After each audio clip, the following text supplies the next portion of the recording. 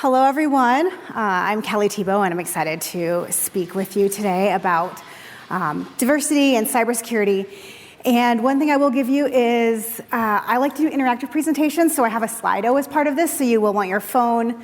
And hopefully, I have a lot of info in here, so I'm going to do my best to stick to our time. So just a little bit about me. I'm Kelly Thibault, like I said. I'm a tech enthusiast. Oh, it's still on that clicker. A DEI advocate. I am an insatiable learner, which is part of why I'm excited to be here. I'm also a generalist, which is something that I think a lot of us have a hard time embracing, this idea of not being a specialist, because we think that you have to be a specialist to be the best or to be great. But you actually can know a lot and still have a subject matter expertise in some things. I'm an industry changer. I spent 10 years in higher education administration, which is also why I clicked with the security team when I switched over to tech, because I did risk management. And I always was like, from a physical perspective, from an event perspective, how can we make sure the worst possible situation doesn't happen? How can we remedy against that? And then if something does go wrong, what can we do to respond to it? I'm also married. My wife is back home in San Francisco. And I'm a dog mom to a almost 14-year-old Quezon dog. He's a big fluffy thing. And that's a big part of, though both those things are big parts of my personal identity. Oh, and I'm a big coffee drinker. I recently went alcohol-free, so now I drink more coffee. I saw this on LinkedIn, and I thought it was really great thinking about the talk that I was giving today. So, talking about not just having a seat at the table, who's sitting at the table, what voice do they have, who's actually heard. Because I remember some past situations where I was sitting in the room, but I didn't have a voice. The leader that was leading those sessions very much did not listen to the women in the room. And so I didn't have any power, even though you would have thought by the room that I was in that I did. So let's give some definitions just so we're on the same page.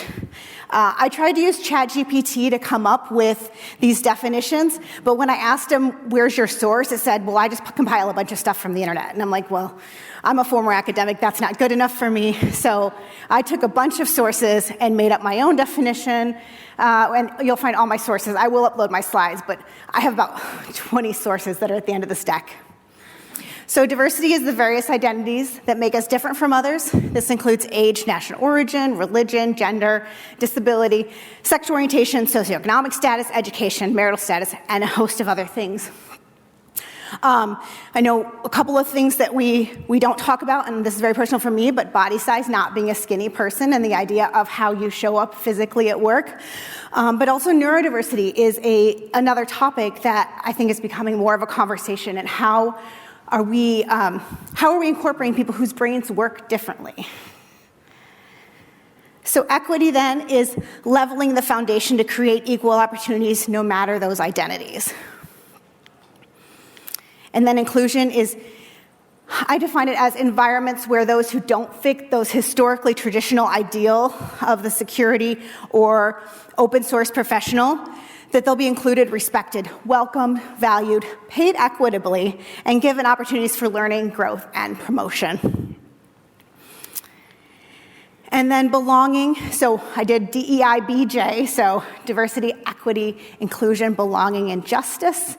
And I'm going to finish these definitions real quick, but just as an FYI, as I go through this presentation, diversity is how I will use the catch-all instead of saying DEI-BJ, or if I need to use a specific word, then I will, but I'll use diversity as a catch-all.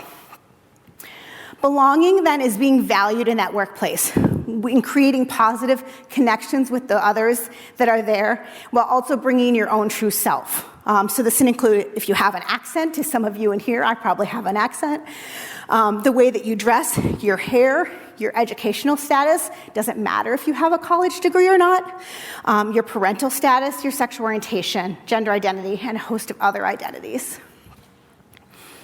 And then justice is fixing those unjust systems and ensuring equity in policy, process, and procedures. So this can be pay equity. Do we have a history of paying people different based on their race, their orientation, their gender? Salary transparency, are we open about the ranges? I know I live in California, they just enacted pay transparency, but if you list the range as $100,000 to $400,000, that's not really helpful. Public DEI data, some companies do a great job, other companies just make a commitment and then don't share anything. And then how the company handles harassment and assault complaints. So I spent a long time in higher education, like I said, and they would always brag about how good they were with DEI, BJ, all of it. But I will say that there was a workplace where I filed a gender complaint because of being screamed at and discriminated against, being told not to poke the bear, to stay in my corner, etc. And they attribute it when I filed the complaint and had multiple people supporting it. They came back and said, it's a communication issue. So I don't believe in burning bridges, but I did burn that one when I quit, and I said I'm quitting because of the hostile work environment perpetuated by one individual person. So I don't recommend doing that. That was my rage quitting. Let myself do it once. So now we're going to do Slido. I've talked a lot already. So I'm going to pull up a QR code. You can use the link if you aren't comfortable with QR codes. And then your answers will be anonymous unless you choose to log in and share them. Okay. Uh-oh. One moment.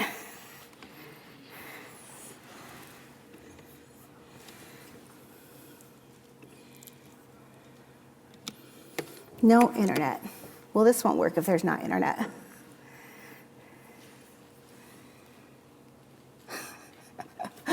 All right. Oh, wait, did it come back? No, that's just showing you my slides.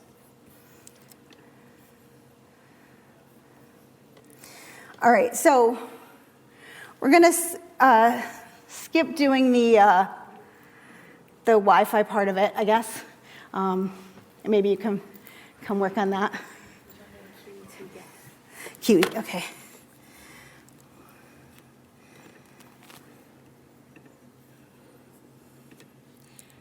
Okay, let's try this one.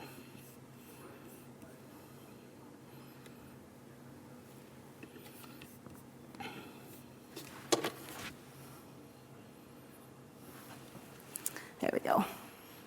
Awesome. So there's a QR code if you can grab it. Otherwise, you can go to slido.com and use the hashtag number that's at the bottom. And then I encourage you to go ahead and answer this question. How good of a job is your company doing at recruiting diverse candidates? And I'm going to go into this a little bit. So, and I thought the emojis were fun. And you can think of the heart eyes is that diverse backgrounds, identities, and experiences. And the crying faces, you have a very homogeneous candidate pool.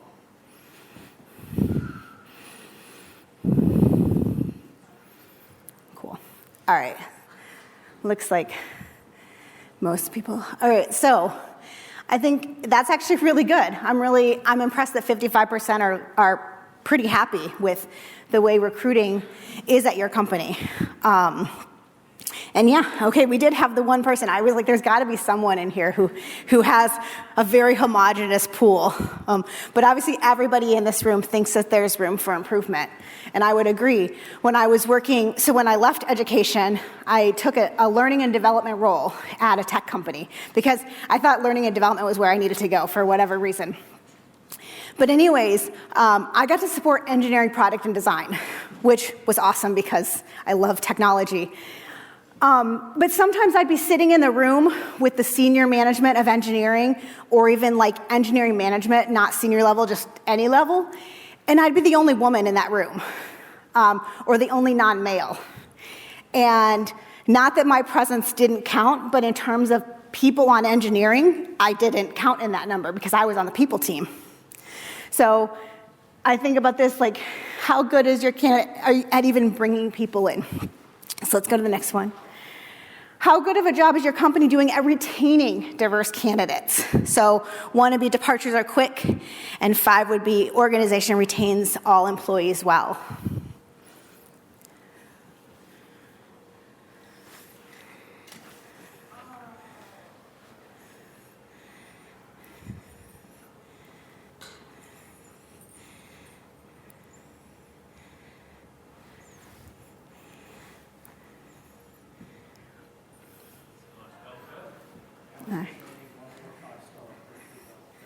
What? It was a nice bell curve briefly. Oh.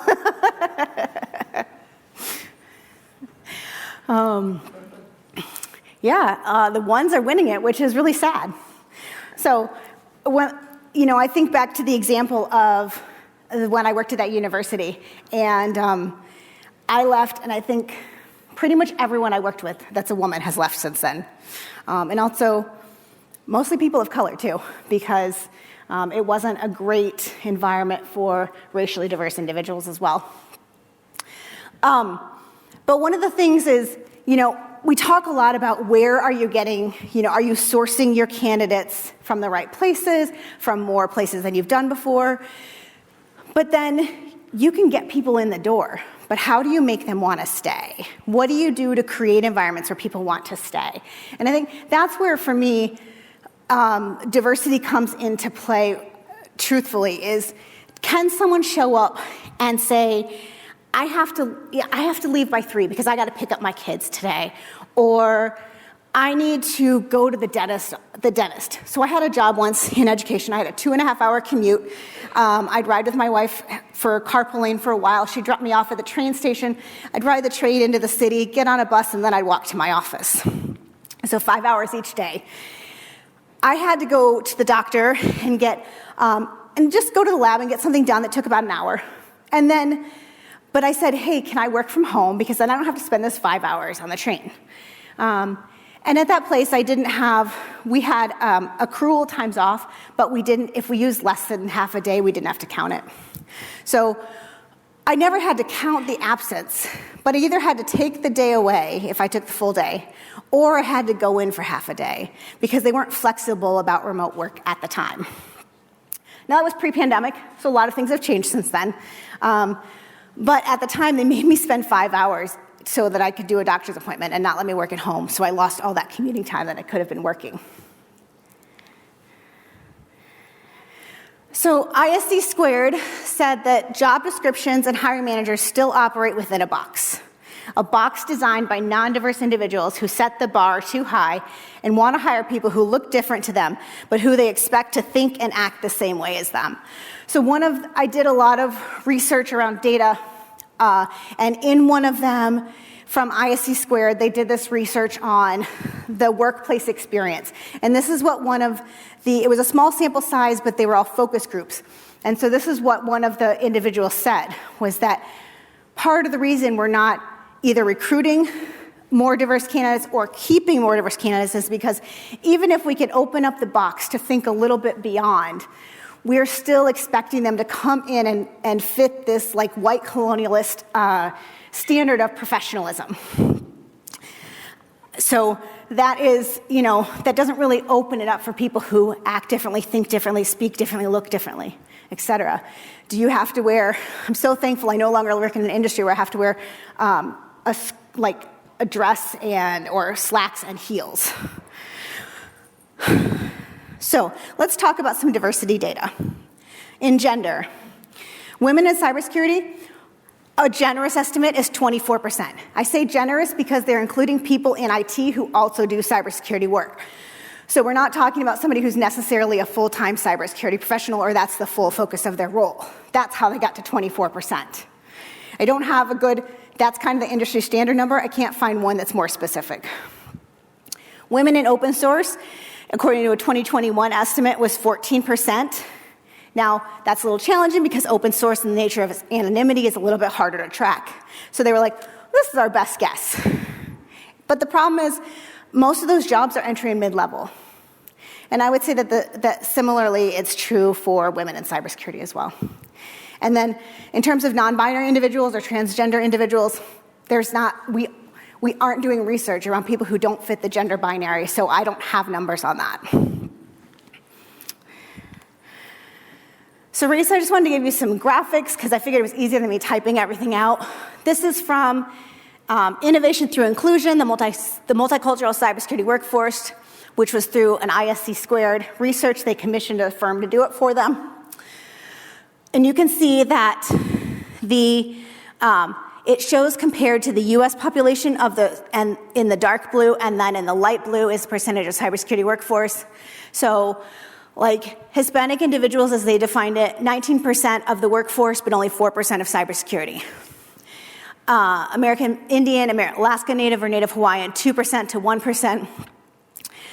But, you know, and you can see like almost all of them, except for Asian, are disproportionately underrepresented based on their total representation of the workforce.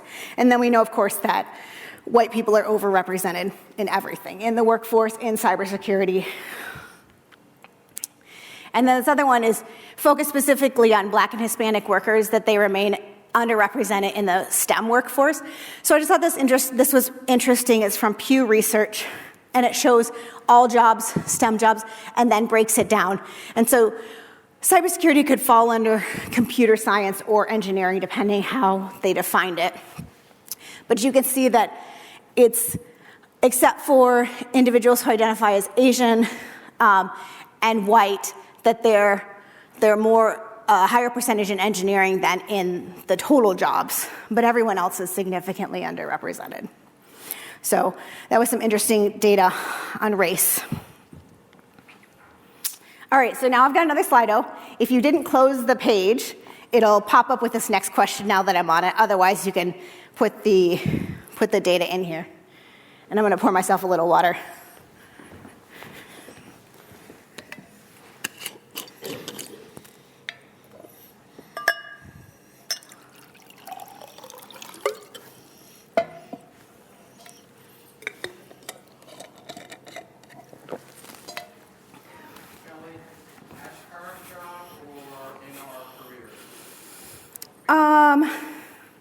Let's say in the past, like 3 years.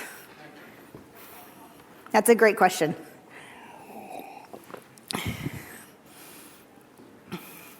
Because depending on the length of your career, that's going to have shifted drastically.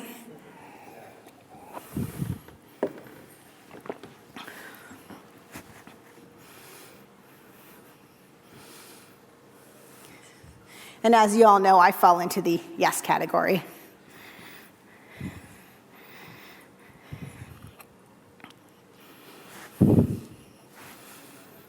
All right, cool. So 75% have been in meetings with people who appear to be all men. Now I say that because unless we're sharing pronouns, and even then that's not a true case, but we don't go around being like, hey, you know, for the most part we aren't like, do you identify as a man? And have you always identified as a man? So I would say that's why I use the word appeared to be, because we're making an assumption based on our perceptions. So next one, I have been in meetings at work, and let's say in the last 3 years, that appear to be all people of the dominant race. And so depending where you're from, that could shift. I'm from the United States, so that typically is white people.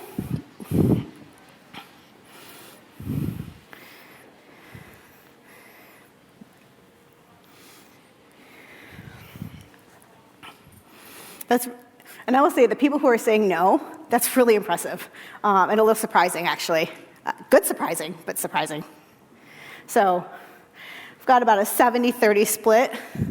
So yeah, that's actually better than I thought. I thought there might be like maybe one person who said that, so thank you. And then I believe this is the final question. Have you noticed or heard things that excluded someone who was not in the majority?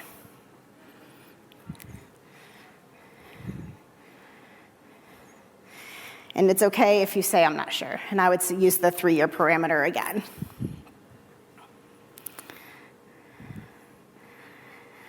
So I will give an example. When I was fresh out of grad school, I took a job in Southeast Virginia. And I grew up in the Midwest of the United States. I grew up in Indiana, Michigan. It's not that racism isn't there. People just aren't super overt about it. It kind of happened. Or I didn't recognize that it was racism at the time. So I'd gone to grad school, I'd learned a lot about diversity stuff, and I wanted to learn more because I realized what a little bubble I had lived in.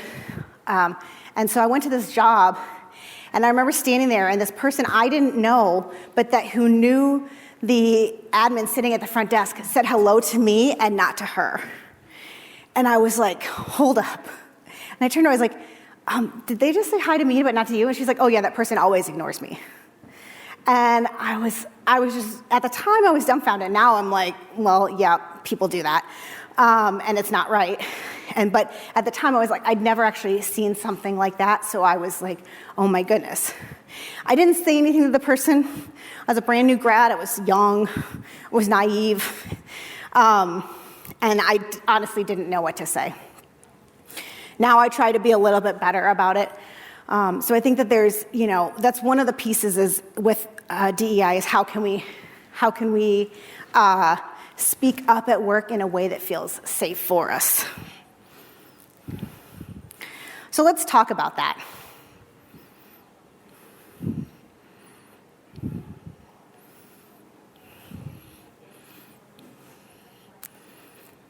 And I will say I wrote some of these myself, and others came from that workplace study that someone gave suggestions, or from one of the articles I read that was like, hey, here's how you can help us.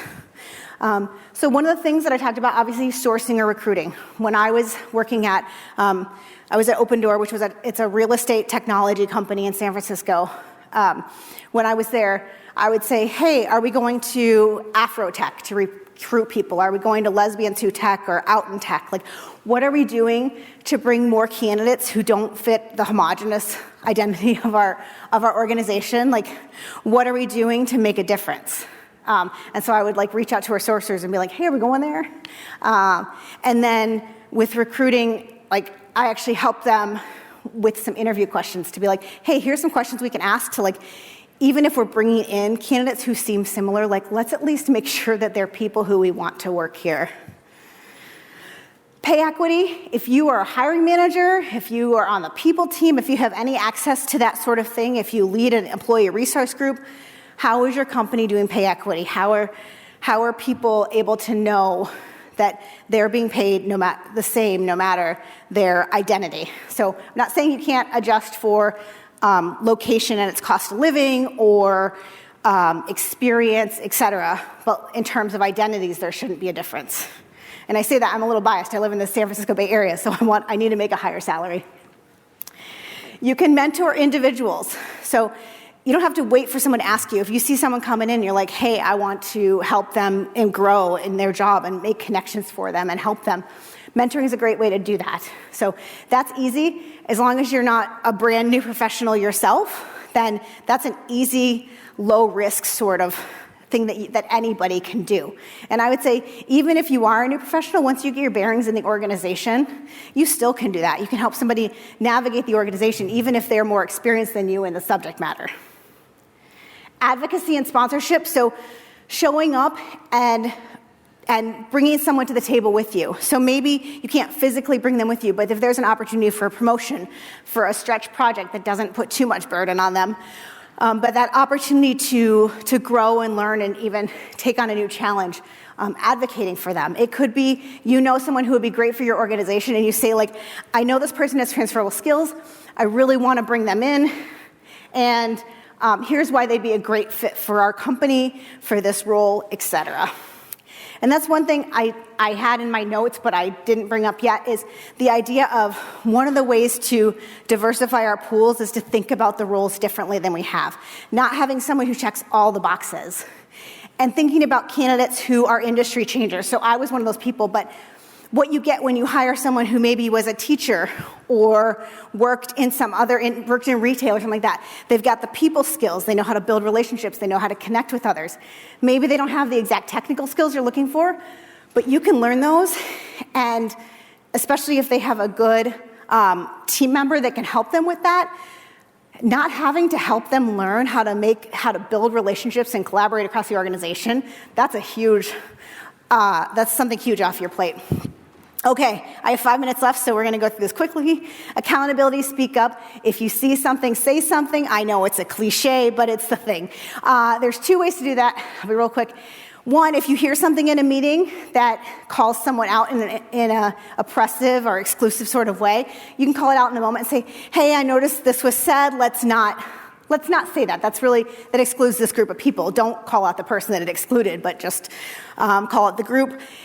You can also say, let's say you heard someone say something and they were overlooked and then someone else said something, you could say like, oh, I think we missed what so-and-so just said. I want to highlight what she said or what they said. And then being able to bring it back to them so that they can then share a little bit more. And you aren't taking credit for it. You're saying like, hey, so-and-so did that. You can also pull someone aside, say, I noticed this thing, how are you doing? And then follow up with the person who perpetuated something and one-on-one say, hey, I noticed this, I'm not okay with that. Like, it made me really uncomfortable because. And that's a lot lower risk. Like, they might not respond well, but you're not calling them out publicly, so it's lower risk. Recommend folks as speakers, share job opportunities and resources. This is huge. Introduce them to your network, especially if you know people who are job searching, like, hey, I know this connection. Support others' work and or initiatives. Be sure to lift people up when they're doing great things. And ask people what support they need. And then follow through when they tell you. Okay. A couple other things, and I'm almost at the end here. Pay attention. So how are neurodiverse folks supported? Are there opportunities for breaks to get away from people, to get away from the work, to like flex their time as needed? What's your remote, hybrid, in-office culture, and does that connect with the people in your organization? Do people with disabilities work for your company? And if so, are their needs supported?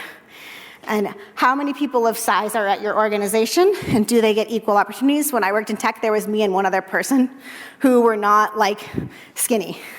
Who gets a voice? Who makes decisions? And so you may not know these answers, but I encourage you to pay attention and to start to notice that.